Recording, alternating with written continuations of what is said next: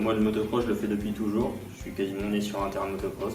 Je pratique également cette discipline depuis, on va dire, une quinzaine d'années de manière encadrée.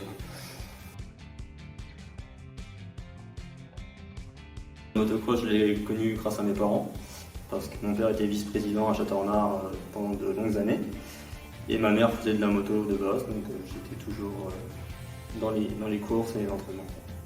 Moi, c'est venu pareil, j'avais mon père qui pratiquait, je le suivais dans ses entraînements, et puis il m'a donné goût à ce sport. C'est une histoire de famille.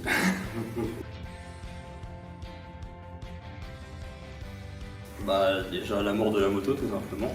Moi je pense que c'est surtout ça. Après l'ambiance qu'il y a avant, pendant et après.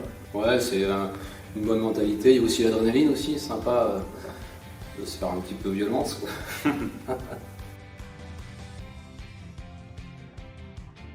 Pour ma part c'est plus au feeling. J'ai essayé plusieurs marques.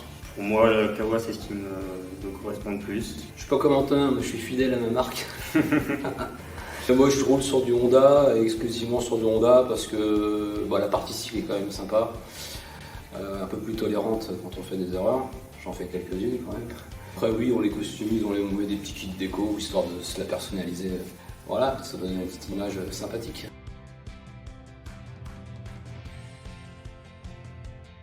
Ouais, j'ai fait quelques événements, j'ai fait top 15 pour l'instant vraiment en course. Après non, pour l'instant je cherche plus à m'améliorer qu'à faire du résultat. Moi, j'ai pas fait de podium. Pareil, j'ai fait quelques belles manches avec quelques bons résultats, mais sans. Voilà, le but c'est de rouler pour se faire plaisir.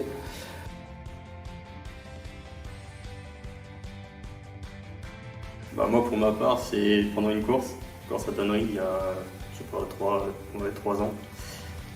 La piste avait été refaite, mais il y avait une fuite d'arrosage. Et vu que c'est un terrain avec pas mal de sable, il y avait une place toute extérieure qui était très belle. Du coup, j'ai dit pourquoi pas essayer.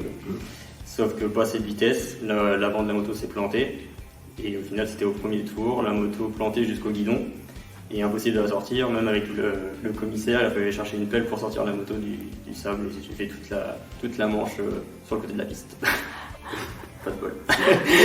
C'est moche. Moi, en anecdote, en mode course, je sais pas si prendre le départ et puis pas faire le plein de la moto, par exemple.